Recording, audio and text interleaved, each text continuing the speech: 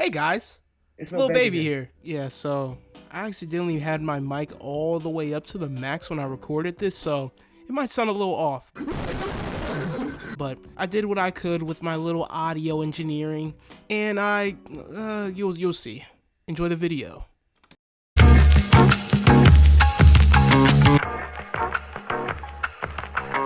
Not gonna lie, anime really messed me up. I literally use the terminology in everyday vocabulary. It would be a boring day and I would just be like, not gonna lie, today kind of filler. Or I say a year is a season. But for real though, season 20 was crazy. And yes, I have to admit that I had a villain arc. But hear me out, I was kind of turning into a villain. But seriously, what do we mean when we say villain arc? Well, first we have to look at the dynamic between a hero and a villain. A hero typically comes out on top while the villain typically fails. The villain is dealt the wrong hand and in which they turn their back against what's right and take the darker approach at solving their problems. They change for the worse. This change shapes their mind into justifying their often horrid actions. But the way I see it, a villain arc is just living in reality. When we look at heroes, they're typically just as delusional, if not more, than the villains. They usually have a similar outlook on society as the villains, which is why we have dynamics like Batman and the Joker, Deku and Stain, Naruto and Obito, and now that I'm saying all this out loud, I realize how cringe it is. Damn. But here's the question. Why do we usually like the villain? Of course there's outliers when we talk about villains, but we could mention any show and usually the villain would be favored. We got Pain, Yoshikage Kira, Meruem, etc. Then we got Berserk, where we obviously don't like Griffith, or at least a good majority of us don't. I believe it's not the villains we like, but the odds set against them. Of course we like some of their characteristics or even their morals, but then we got Guts or Thorfinn or even Musashi, who's not considered a villain. We also got dudes like Frieza, Kid Buu, Dio, Madara, Aizen, who are kinda just menaces and people like them for that. But most of these characters experience struggle and suffering. They don't always win, which is one of the most realistic traits to have as a character. These experiences build a lot of depth to these characters because of their willpower to push past their adversities. This is sort of like what I said with the anime tryhard trait, but the difference is that these characters don't have to be strong. They don't need to have some sort of crazy goal. They don't need to overcome their failure the first time or have some sort of crazy workout regimen. It's simply the fact that they have these experiences that build them. They struggle. Struggle is important when it comes to building a good character.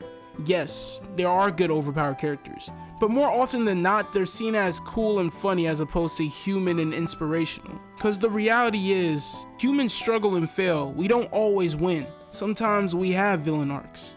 I just kind of cringed at that. We can look at these characters and see them go through these things and relate to them. That's that real music, man. There's a reason why Guts is such a praised character. He barely wins. In fact, he won, then got it all ripped away from him. But it's the fact that he still pushes forward. Yes, he's strong, but that can only help him so much in his world. I don't think Berserk would have been as popular if it wasn't for Guts' struggle. He was born from a corpse of his hanging mother, and then was taken in by a band of mercenaries. His adoptive father, Gambino, not only physically and verbally abused him, but at the age of 9, his body was sold off by Gambino, where he proceeded to get violated for 2 silver coins. 2 silver coins. Legit boss ass nigga love doing this shit. That nigga's broke, that nigga's busted, that nigga's lame. Where am I at, bro? Sorry, I just got lost in this text. And a little time later, he meets Griffith. And oh, I wonder what could go wrong from here. I be popping bottles, sparkles and champagne. He joins his mercenary squad, the Band of the Hawk, and this is where he felt like he found his family. He now has somewhere to belong. He has friends, a lover, someone he considers a rival and equal. And what's that in the sky? Where did Griffith go? Is that Batman? I'm not gonna go into detail, but basically the eclipse is where everything gets ripped away from Guts. His friends get brutally murdered. His lover gets violated by a man he once considered a friend. His friend turned into Batman. There's this scene after the eclipse where Guts is recovered from his injuries and he now has to deal with his reality. He sees this mentally unstable Casca who's afraid of him. His friends are now dead. Everything is taken away from him. How could things get worse? Now he has this tattoo on his neck that attracts demons towards him wherever and whenever. And now they're chasing him. But what does he do?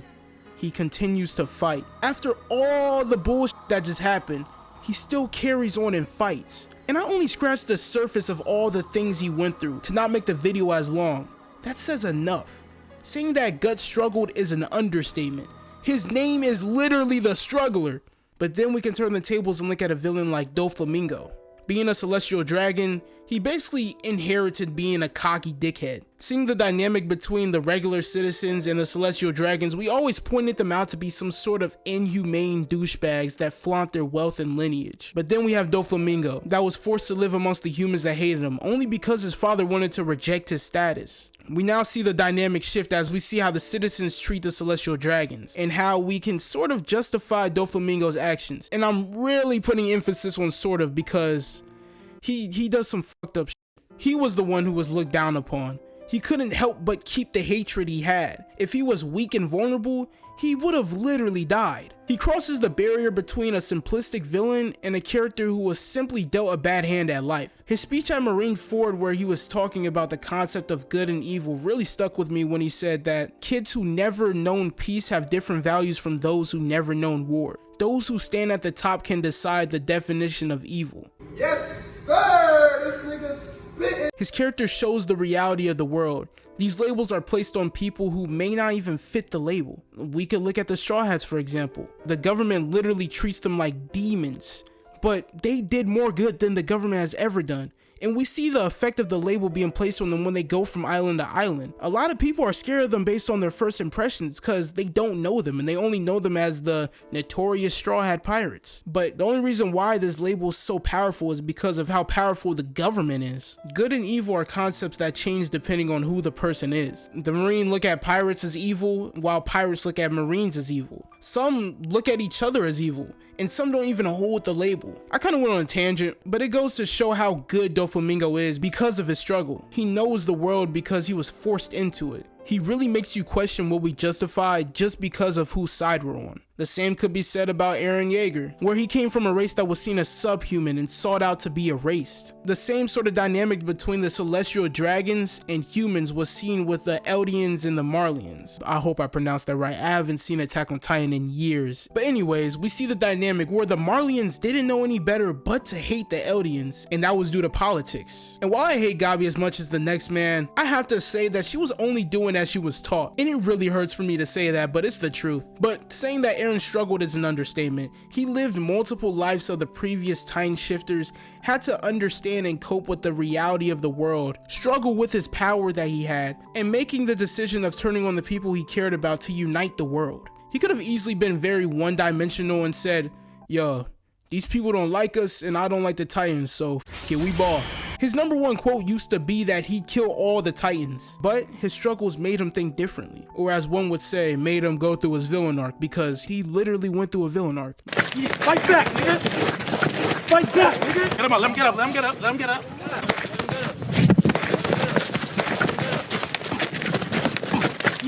Looking at the time skip really shows you how much his character changed. We go from an energetic, loud, passionate young boy to someone who's the total opposite. Like, dog, even the animation style changed. And look, I know it's because the studio changed, but seeing the difference really sets the mood, so just roll with it. And I just looked this up because I was curious. He was literally 19 for the time skip. He was the same age as me.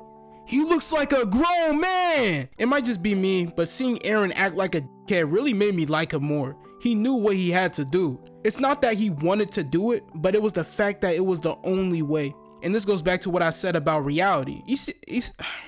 Damn, I don't know. Fuck. Isayama.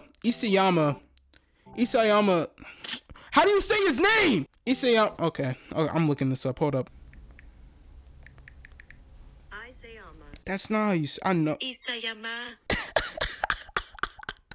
Isayama. Alright, whatever. Isayama. I'm gonna say Isayama. Isayama could have had a younger Eren be the one to defy the odds or change fate with the power of friendship or whatever. But that's not real. I like Eren because the struggle changed him into someone that had to accept the world as it is. But here's the thing though. Just because a character struggles doesn't mean that they automatically have this likability drawn towards them, because then we have Shinji.